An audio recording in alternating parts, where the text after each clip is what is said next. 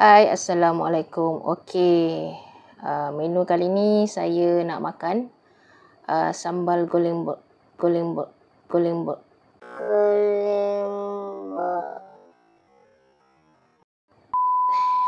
Sekejap.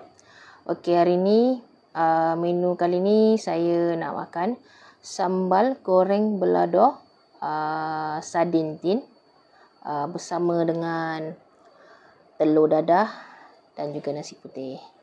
Sebelum tu macam biasa, minum dulu. Bismillah.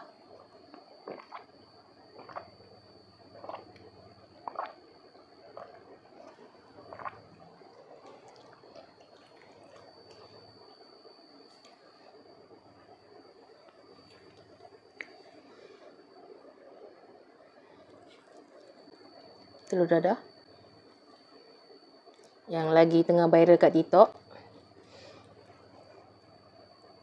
Tapi ni tak adalah tauge dengan udang.